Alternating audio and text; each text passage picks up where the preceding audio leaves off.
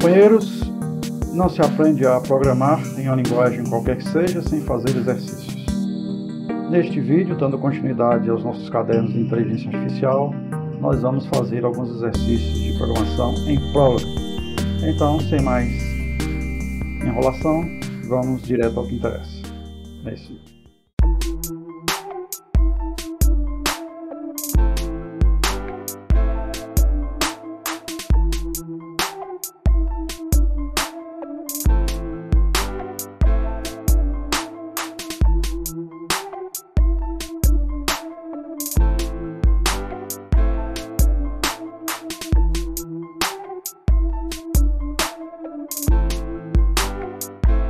Bom, aqui vai funcionar da seguinte forma.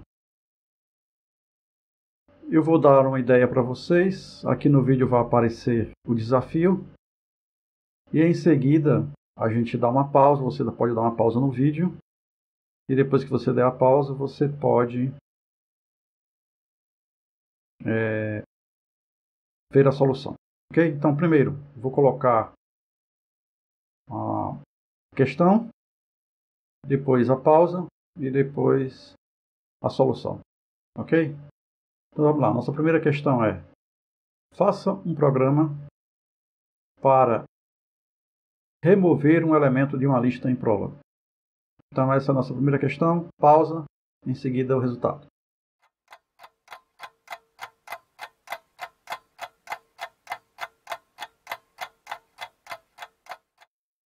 Então observemos o seguinte.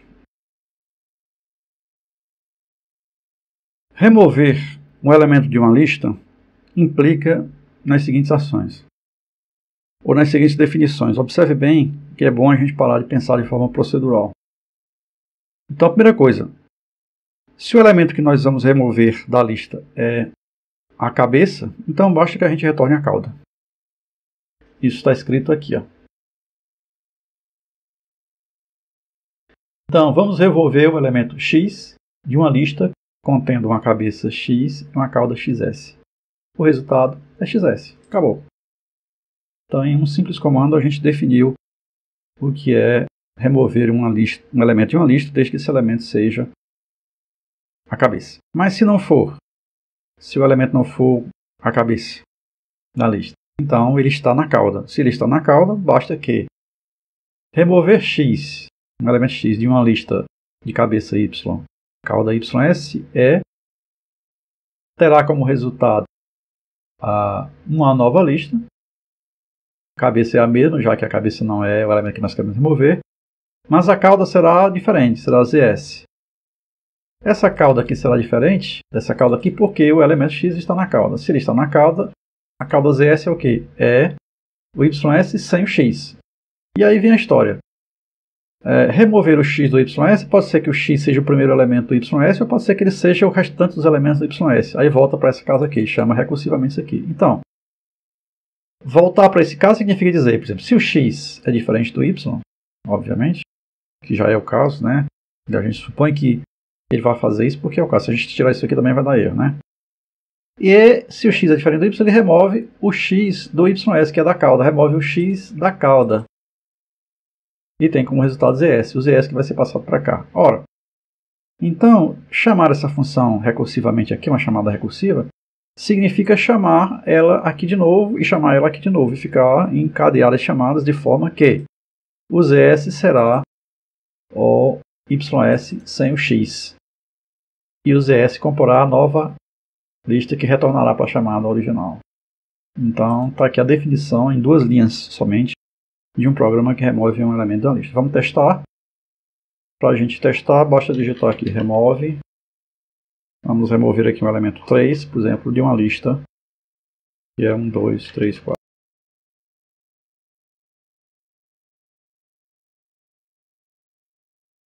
E está aqui. Então, remover 3 da lista 1, 2, 3, 4, 5 terá como resultado 1, 2, 4, 5 e nada mais. Então, nós podemos fazer um monte de teste aqui. Nós podemos modificar o 3, testar aqui com 5, por exemplo. O x será 1, 2, 3, 4. E assim por diante. Vamos tentar remover um elemento que não existe na lista. Vou tentar remover o 8. ele vai retornar falso, porque o elemento não existe não. Ok? Então, o desafio agora é verificar se um elemento é membro ou não de uma lista. Nós já fizemos isso antes, mas vamos fazer um esforço aí para a sua memória funcionar. Dê uma pausa aí e vamos ver se um elemento, se um item é membro ou não de uma lista.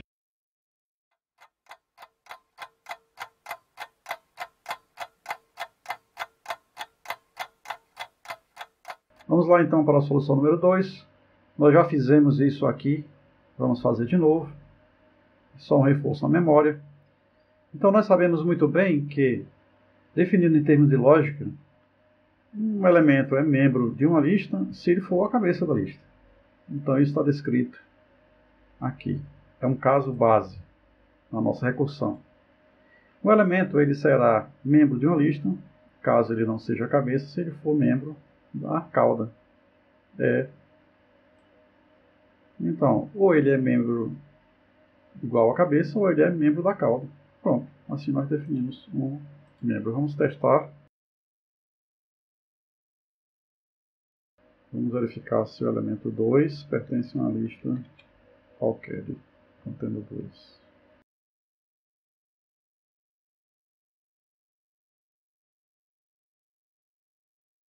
Então, que é a resposta verdadeira. Vamos testar com um caso falso. Falso. E agora vamos para o próximo. Agora nós vamos verificar no desafio 3 se uma lista é sublista de outra lista. Isso aí é uma coisa mais complicada.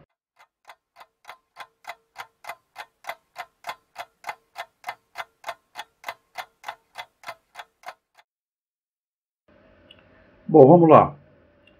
Então, o nosso desafio 3, vamos criar aqui um programa e vamos colocar aqui desafio 3. Verificar se um elemento é sublista, se uma lista é sublista.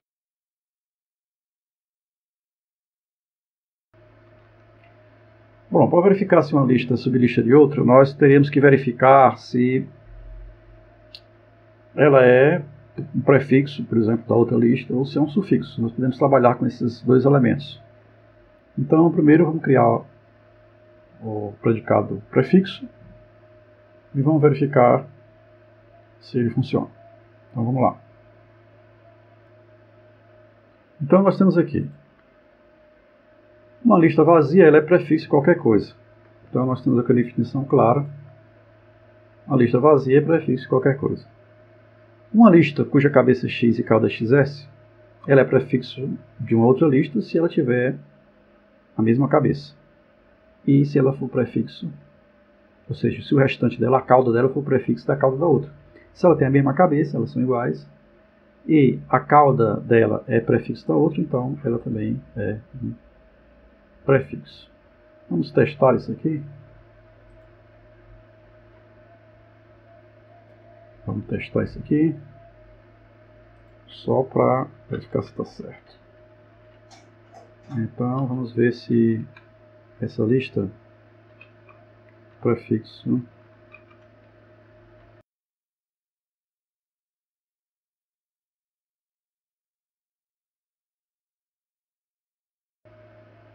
verdade, reclamou do YS, vamos tirar aqui esse YS. Tá de novo. Ok, sem problemas agora. Ele não gostou do YS aparecer apenas uma vez na definição. Bom, mas isso não é suficiente. Nós precisamos também definir sufixo. Verificar se um elemento é sufixo do outro. Então nós temos aqui a definição de sufixo. Se uma lista é igual a outra, ela é sufixo da outra. XS é sufixo de XS. Agora, uma lista XS é sufixo de Y dado YS se ela for sufixo do YS, claro.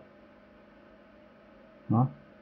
Então, nós temos aqui uma definição de sufixo. Vamos testar. Sufixo, vamos colocar aqui 3, 4.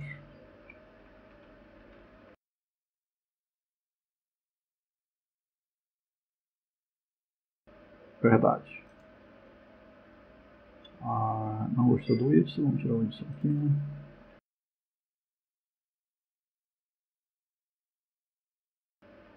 Vamos verificar com o elemento que não está na lista para ver se realmente está funcionando. Falso.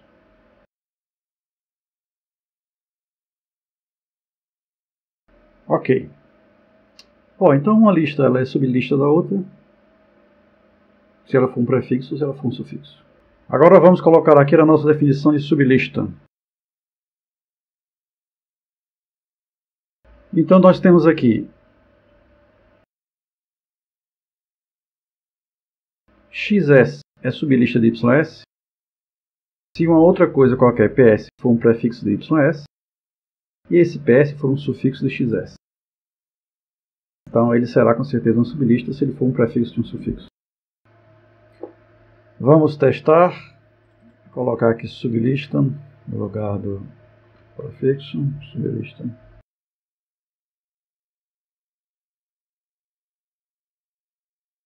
Verdade. Então 3, 4 é sublista de 1, 2, 3, 4. Vamos pegar 2, 3 para ver.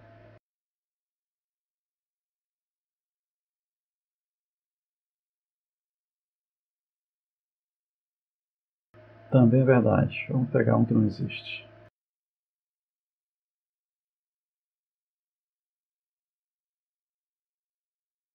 E aí nós temos um problema. Não temos problema nenhum. Deu certo. Ok, então aparentemente a nossa sublista está funcionando. Nosso desafio agora é verificar se uma lista é permutação de uma outra lista. Ou seja, se uma lista é outra embaralhada de alguma forma. Nós temos aqui o predicado permuta, e o permuta ele pode ser aplicado no sentido de que uma lista vazia ela é permutação de uma outra lista vazia. Esse é o primeiro caso básico. Então nós temos aqui o primeiro caso básico. O segundo caso é quando nós temos duas listas cuja cabeça é a mesma. Então, essa lista será permutação da outra se as duas caudas forem permutação de uma da outra. Que aí tudo bem, mas isso aí não é suficiente.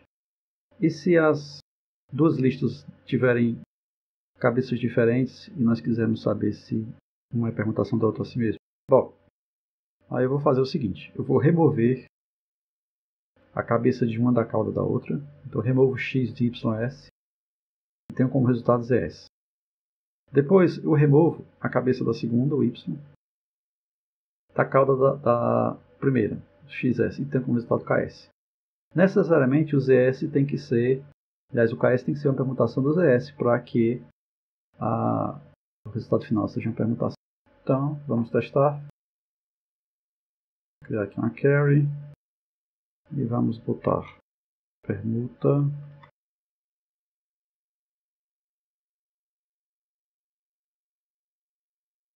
Três, 5, por exemplo, 5, 4, 1, 3.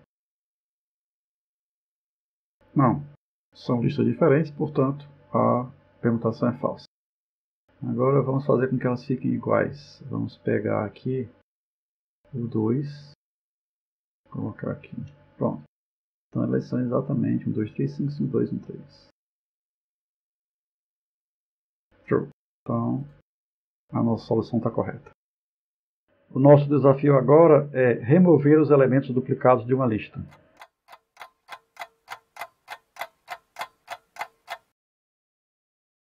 Então aqui nós temos o predicado duplicados, que é um predicado que vai remover os elementos duplicados de uma lista. Primeira definição de duplicados, nós dizemos o seguinte, que remover os elementos duplicados de uma lista vazia tem como resultado a própria lista vazia. A seguir, se eu vou remover os elementos duplicados de uma lista x, cabeça x, cauda y, eu terei como resultado o xe, ou seja, mantendo a cabeça, se eu retirar todos os elementos x, se eu retirar os elementos da x de y, caso o x seja membro de y. Então, a primeira coisa, x é membro de y. Segundo, se x é membro de y, então removendo x de y tem como resultado k. E em terceiro lugar, retirando os duplicados de k, eu tenho como resultado z. Então, x e z será a lista correta. Bom, e finalmente, remover os duplicados de x e y, tendo como resultado x e z. Isso ocorrerá se remover os duplicados de y tem como resultado z. Então é bem simples. E agora nós vamos testar. Vamos colocar aqui duplicados. Vamos colocar uma lista 5,6. E vamos ver se o resultado está correto.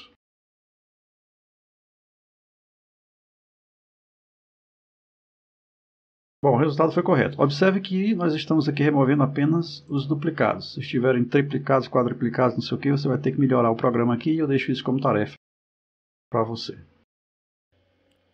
A próxima tarefa agora é inverter uma lista. Vamos lá.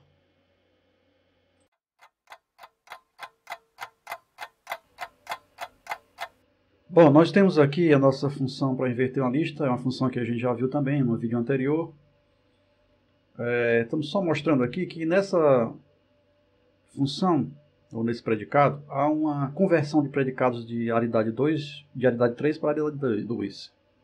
Então nós usamos aqui uma variável auxiliar para inverter a lista e para dar o resultado nós convertemos esse predicado de aridade 3 para aridade 2. Então onde é que nós convertemos? É exatamente aqui na primeira linha. Tendo o resultado ys é a lista xs invertida. Bom, para isso a gente chama o predicado que vai fazer o trabalho, que é o inverte com 3 argumentos. Inicialmente é o xs, que é a lista que eu quero inverter. Isso aqui é uma lista auxiliar. Isso aqui é o resultado que ele vai dar. Bom, inverter uma lista com cabeça e cauda, usando uma variável auxiliar e tendo como resultado xs, significa inverter o xs. Depois que você inverte o xs, usando como auxiliar a cabeça do xs vai para cá, e o acc passa a ser a cauda de uma lista começando pela x, pela cabeça x. Então nós temos aqui uma modificação que houve na lista acc. Nós introduzimos a cabeça da primeira lista no acc. E temos como resultado o ys. Então aqui é uma pequena modificação, mas que quando fosse chamado de forma recursiva, vai fazer uma grande diferença. E finalmente uma lista vazia, usando como auxiliar ys, tem como resultado próprio o ys. Então observe bem, ele está removendo a cabeça da lista, colocando no auxiliar, e simplesmente isso, remove a cabeça, coloca no auxiliar, remove a cabeça, coloca no auxiliar. Quando isso aqui chegar ao vazio, o auxiliar será o resultado.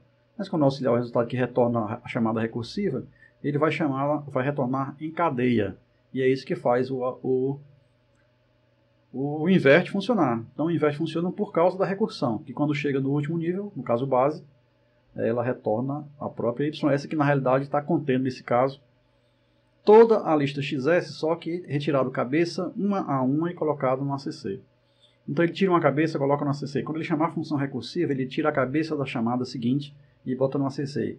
Quando ele chamar a recursão de novo, ele tira a cabeça da recursão seguinte e bota no acc. E vai pegando o acc, vai sendo usado como uma forma de empilhamento, né? Vai se colocando uma pilha lá das cabeças através das recursões. Então isso aqui é fácil, muito fácil de ver.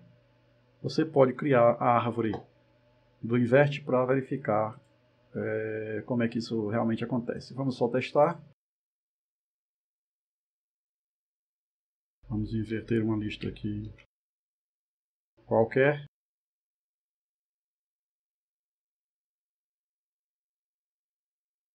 E está aí. Funcionou perfeitamente. Isso é um programa que a gente está repetindo, porque a gente colocou nos desafios para você fazer de cabeça imediato, sem pensar muito. Ok? É isso. Nosso desafio agora é encontrar o último elemento de uma lista. Vamos lá.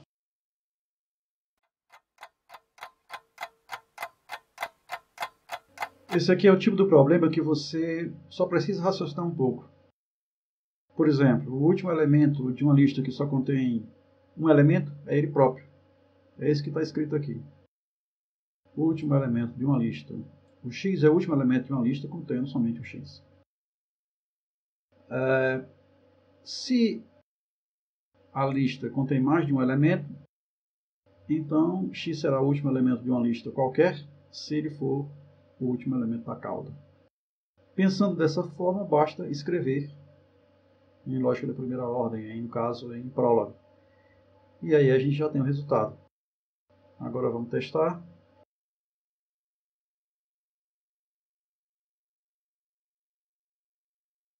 Funcionou.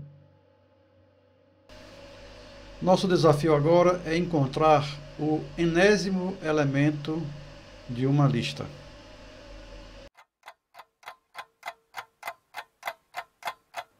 Aqui nós temos uma novidade. Nós vamos aprender a contar em Prolog através das chamadas recursivas. As chamadas, você pode criar uma variável para contar números, né? E aí a gente vai fazer um exercício sobre isso depois. Bom, de qualquer forma, vamos pensar em lógica de primeira ordem. Eu quero o enésimo elemento de uma lista. Olha, a primeira coisa que eu penso é, se esse n, esse enésimo do enésimo for zero, então o elemento é a própria cabeça da lista. É isso que está descrito aqui no predicado enésimo. Então, o enésimo elemento de uma lista com cabeça x, se o elemento é zero, o enésimo zero elemento, né, assim, da cabeça de uma lista é a própria cabeça. Então, o enésimo elemento de uma lista, se esse n for zero, é a cabeça. Bom, mas se o n não for zero, então nós estamos aqui diante dessa situação. Eu tenho uma lista com a cabeça qualquer, como não é zero, a cabeça não importa. Essa lista tem uma cauda. Eu tenho ainda que encontrar o enésimo elemento nessa cauda e o resultado vai dar em x. E aí é uma coisa que a gente já falou em Prolog, é que o resultado da computação em Prolog, ela vem normalmente em uma das variáveis que você colocou na própria chamada do procedimento, ou do predicado, no caso. Então você tem aqui o predicado contém a variável que vai conter a resposta. Bom, então o que vai acontecer aqui? A primeira coisa é o nmoc 0. Obviamente ele só vai entrar nesse cálculo se o n for moc 0. Se não for, a resposta já está pronta, está aqui em cima. Aí ele vai calcular uma outra variável chamada n1. n1 é n-1. Quando é que ele vai fazer esse cálculo? Quando essa função for chamada. Então, quando essa função for chamada, ele calcula o n1, ou seja, subtrai o valor de n que ele recebeu de 1 e esse valor é colocado em n1. É assim que o Prolog faz uma atribuição. Usa o predicado ou o operador esse. O operador esse equivale à atribuição em Prolog. Né? Ela obviamente não é uma atribuição, é uma operação de instanciação, de substituição, como queira. Mas o equivalente em procedural seria atribuição. O equivalente da atribuição em Prolog seria o operador esse.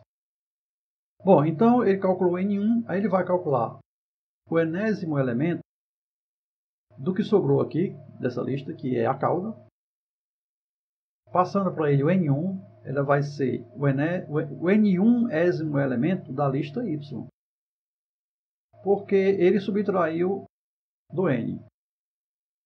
Ele tirou 1 da lista. Então, tanto a lista diminuiu de tamanho, quanto o n também mudou de valor. E o n agora é o n1. Então, ele retorna o n1 elemento da lista y, que é o x. Ora, mas como isso é recursivo, ele vai chamar de novo essa função aqui, passando y n1 em x, que vai de novo verificar se é moc 0, que vai calcular o n1 de novo, que vai chamar de novo, e vai criar uma chamada recursiva para essa função, até que o n1 seja 0. Quando o n1 for 0, esse y aqui vai conter uma lista cuja cabeça é o elemento que eu estou procurando. E aí ele retorna, e ele encerra. Então, é assim que funciona, muito bem bolado, muito interessante e vamos agora testar. Então, nésimo elemento, vamos passar para ele uma lista. Vamos pedir o elemento 3, por exemplo, e vai voltar em x. Executando. O elemento, o terceiro, o elemento número posição 3 da lista é o 4. 0, 1, 2, 3. Funcionou. Já que nós aprendemos a contar, então que tal agora a gente calcular o número de elementos de uma lista? Então esse é o próximo desafio.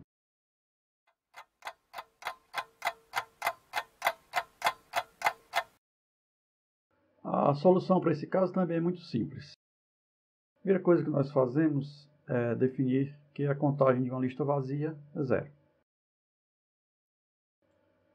Agora, a contagem de uma lista com cabeça qualquer e cauda y será x se a contagem do y for x1, ou seja, a quantidade de elementos que tem no y é x1.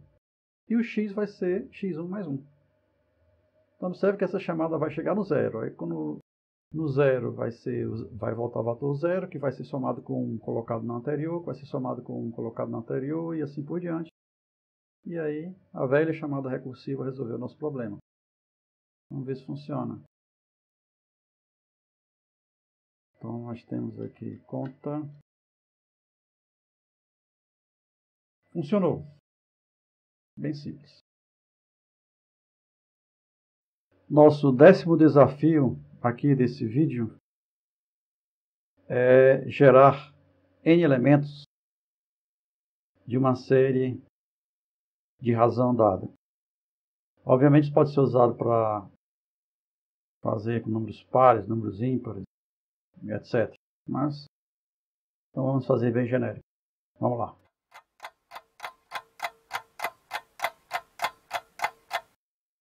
Bom, aqui nós estamos diante de um caso um pouquinho complicado, mas vamos lá, que é a solução. Bom, nós começamos a série pelo número 0, mas você poderia ter receber como argumento um número qualquer para iniciar, ou começar em 1. No título de ilustração aqui eu comecei com o número 0. Então eu disse o seguinte, que uma série de um elemento só, qualquer que seja a razão, tem como elemento o 0. É o primeiro elemento da série. Bom, isso aqui pode ser mudado à sua vontade. Agora sim, uma série de n elementos, razão R será x. C. Primeiro, n maior que 1, n1 n menos 1. Isso aqui é uma forma que eu usei para contar. Então, cada recursão do laço, esse n vai ter um valor decrementado. Então, quando ele chegar na 1, ele para. Então, ele só vai em frente, ele para e responde a partir do caso base. Então, ele vai contando de trás para frente a quantidade de termos da minha série. Bom, mas para cada vez que ele entrar, eu vou gerar uma série de tamanho menor, que é o n1, com a mesma razão, e que terá como resultado z. Então, em cada recursão, eu vou ter uma série menor. Como é que eu vou obter a série final? Acrescentando a série menor mais um termo. Qual é o termo? Bom, eu vou pegar essa série menor, vou pegar o último termo dela. A gente já fez esse predicado aqui, está aqui por cima, em algum lugar. Esse k aqui é o último termo da série z. Aí eu vou calcular o w, que é quem? O w vai ser o k mais a razão. E vou pegar esse w e acrescentar a quem? Ao z, que é o último elemento da série menor. E tudo isso vai ter como resultado x, que é a resposta final. Pronto. Simples assim. Dá um trabalho para pensar nisso aqui, mas depois que a gente vê pronto, a gente verifica que não era tão complicado quanto a gente podia imaginar. Então vamos testar, né? Vamos gerar uma série de 10 números, cuja razão é 7. Vamos ver no que dá.